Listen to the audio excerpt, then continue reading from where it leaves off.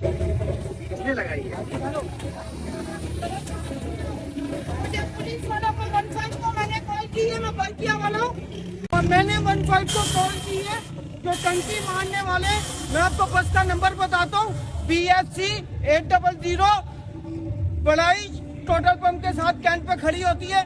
टंकी मारते हुए जा रहे थे, मैंने 15 को कॉल की, 15 वाले मेरे पास आए, मैं बंदों के पीछे भागा हूँ। होटल पे ऊपर कैंट पे गया, उन्होंने मुझे कुत्ते की तरह मारा है।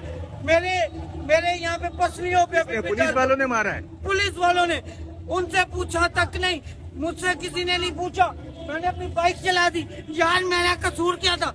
मैंने 15 को कॉल की जी। कौन से थाने के थे? पता नहीं कौन कैंट स्टेशन के ऊपर।